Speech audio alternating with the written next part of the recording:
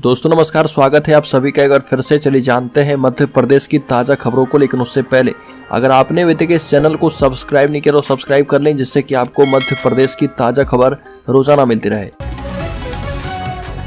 सबसे पहली खबर, पूर्वी राजस्थान नहर परियोजना ERCP पर राजस्थान मध्य प्रदेश में बनी सहमति। नदी जोड़ो प्रोजेक्ट से लिंक करने की तैयारी है। प्रदेश में लंबे समय से चली आ रही पूर्वी राजस्थान नहर परियोजना को राष्ट्रीय परियोजना घोषित करने का काम शुरू हो चुका है और केंद्र सरकार इसके नए मॉडल पर काम कर रही है। इस नए मॉडल के तहत ERCP को अब नदी जोड़ो प्रोजेक्ट में शामिल करके आगे बढ़ाने पर विचार किया जा रहा और ERCP परियोजना जो कि राजस्थान की है, उसके संशोधित ड्राफ्ट MOU पर चर्चा के बाद राजस्थान और मध्य प्रदेश के बीच सहमति बन गई है। अगली खबर, पूर्व केंद्रीय मंत्री और MP के कैबिनेट मंत्री प्रहलाद पटेल देर रात निजी प्रोग्राम में शामिल होने के लिए इंदौर पहुंचे और मीडिया से बात करते हुए मंत्री पटेल ने राहुल गांधी की न्याय यात्रा पर कहा कि जब साख खत्म हो जाती है तो कोई उपक्रम काम नहीं आता।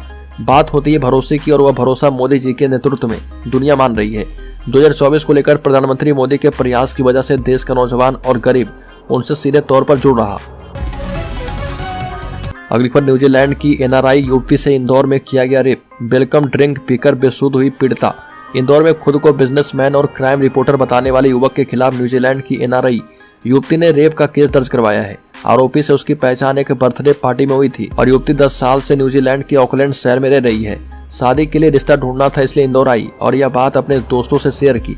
इसी बात का फायदा उठाकर आरोपी ने उसे जाल में फंसा लिया और फिर धोखे से 5 लाख रुपए लिए और होटल में बुलाकर रेप किया। अगली खबर, लोकसभा चुनाव में युवा नेताओं को मौका मिले। मध्य प्रदेश के नए मंत्रिमंडल का गठन हो चुका है और डॉक्टर मोहन यादव ने अपने मंत्रिमंडल में कई दिग्गज नेताओं को मंत्री बना दिया है। जबलपुर के पाटन विधानसभा से विधायक और वरिष्ठ भाजपा नेता अजय बिश्नोई का भी इस बार मंत्रिमंडल में शामिल होना तय माना जा रहा था, लेकिन उनके नाम को तवज्जो नहीं दी गई। जबलपुर के पश्चिम विधानसभा से पूर्व सांसद राकेश सिंह को मंत्रिमंडल में शामिल करते हुए कैबिनेट मंत्री बनाया गया है और जबकि अजय बिश्नोई को उम्मीद थी कि वरिष्ठता के बलबूते उन्हें जरूर अवसर मिलेगा। अगली खबर, मध्य प्रदेश की 29 लोकसभा सीटों को मिलाकर बनेंगे 7 क्लस्टर। बीजेपी ने शुरू की है चुनाव की तैयारी, वोटिंग तक के सभी प्रोग्राम फिक्स कर दिए।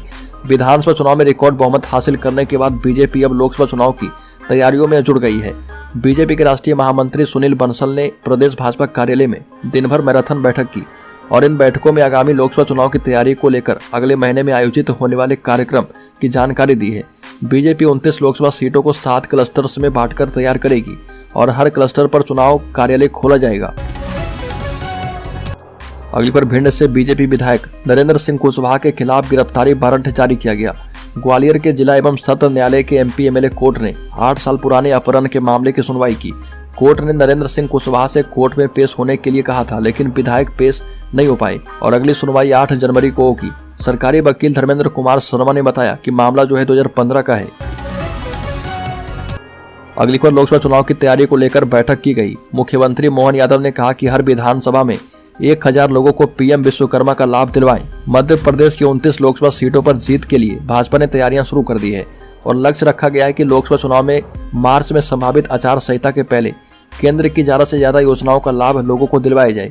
हर विधानसभा में 1000 लोगों को व्यवसाय के लिए प्रधानमंत्री विश्वकर्मा योजना के तहत 3 लाख रुपए का लोन दिलवाए जाए और छोटे व्यवसायी को यह लोन न्यूनतम ब्याज पर दिलवाए जाए। ये बातें मुख्यमंत्री डॉक्टर मोहन यादव ने कही।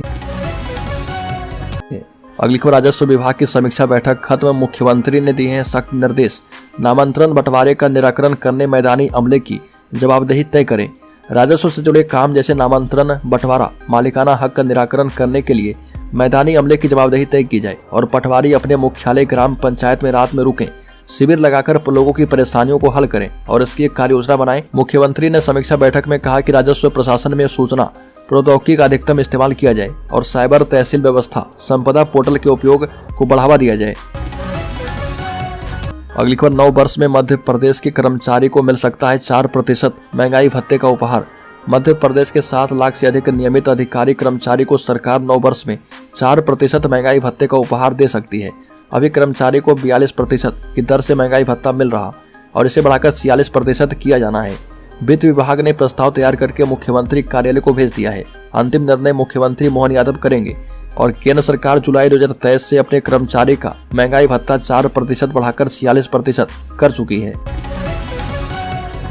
अगली खबर मध्य प्रदेश के मुख्यमंत्री डॉक्टर मोहन यादव पर 8,56,50,000 का कर्ज है। इनमें मकान, कार आदि का लोन शामिल है।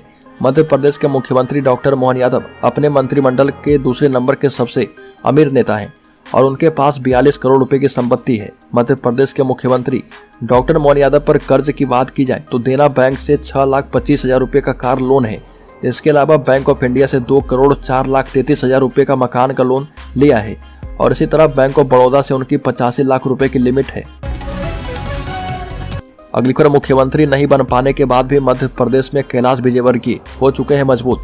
मध्य प्रदेश में मोहन यादव की कैबिनेट का उलझा पेच अब सुलझ गया है और एमपी में सरकार गठन के 12 दिन के बाद मुख्यमंत्री मोहन यादव की कैबिनेट का विस्तार हुआ और 25 दिसंबर को नवनिर्वाचित मुख्यमंत्री मोहन यादव ने तमाम कयासों पर विराम लगाते हुए अपनी कैबिनेट में 28 नए मंत्री को शामिल कर लिया है, जिसमें प्रहलाद पटेल और भाजपा के राष्ट्रीय महासचिव कैलाश विजयवर्गीय का नाम भी शामिल है। हालांकि कैलाश विजयवर्गीय मुख्यमंत्री भले न बन पाए हों, लेकिन वो अभी मजबूत स्थिति में है क्योंकि मुख्यमंत्री मोहन यादव से उनका राजनीतिक तालमेल पहले से ही अच्छा है।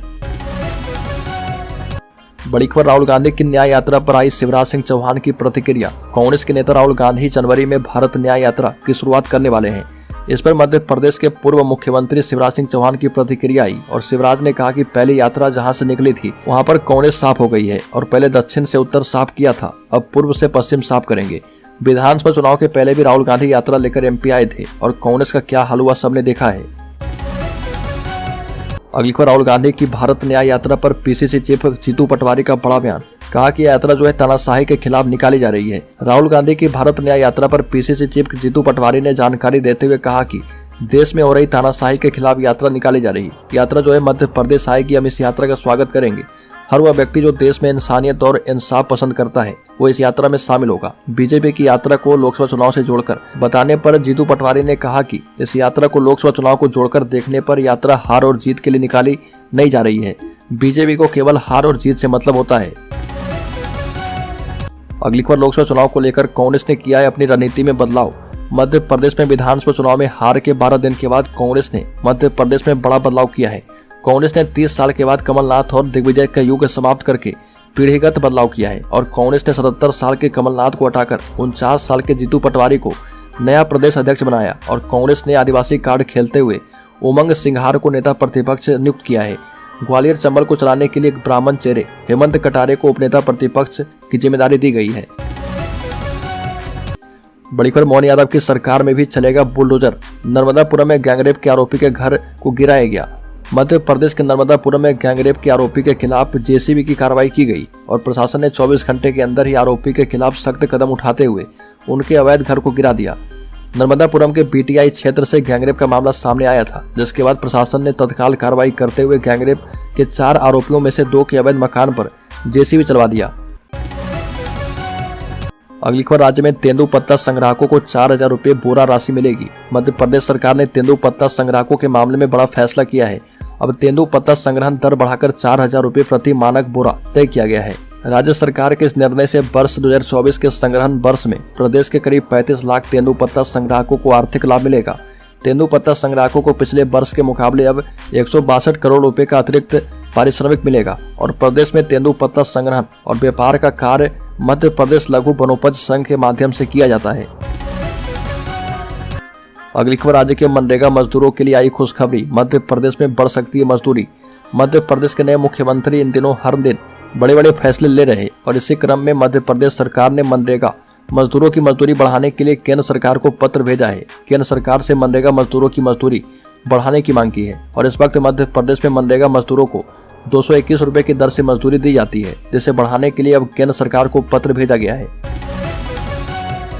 अगली खबर राज्य के पूर्व मुख्यमंत्री उमा भारती ने भोपाल में बीआरटीएस पर करोड़ों रुपए की बर्बादी की जांच की मांग की और मध्य प्रदेश की राजधानी भोपाल में बना बस रैपिड ट्रांजिट सिस्टम आमजन के लिए मुसीबत का सबब बन चुका था। इसी के चलते राज्य की नई सरकार ने इसे हटाने का फैसला किया है और इस पर विरोधी नहीं बल्कि सत्ताधारी दल के नेता भी सवाल उठा रहे। पूर्व मुख्यमंत्री उमा भारती ने तो करोड़ों रुपए की बर्बादी की जांच की मांग की है और मुख्यमंत्री मोहन यादव ने भोपाल के जनप्रतिनिधियों के साथ बैठक के बाद बीआरटीएस को हटाने का फैसला किया है। अगली खबर मध्य प्रदेश के पूर्व मुख्यमंत्री और भारतीय जनता पार्टी के वरिष्ठ नेता शिवराज सिंह चौहान ने सीएम आवास खाली कर दिया। 1.5 दशक से अधिक समय तक मध्य प्रदेश के मुख्यमंत्री रहे शिवराज को पार्टी ने इस बार ऐतिहासिक जीत के बावजूद पदमुक्त कर दिया है और शिवराज को संगठन में नई जिम्मेदारी देने की चर्चा है। सीएम आवास से निकलते हुए शिवराज ने कहा कि उनका पता जरूर बदल चुका है, लेकिन उनके घर के दरवाजे हमेशा खुले रहेंगे। सीएम आवास में पहले पूजा और फिर कर्मचारी से मुलाकात करते हुए उन्होंने विदाई ली है और खुद को प्रदेश का मामा कहने वाले शिवराज सिंह ने अपने नए बंगले का पता भी बताया और कहा कि जब भी किसी को मदद की आवश्यकता हो अवश्य आएं।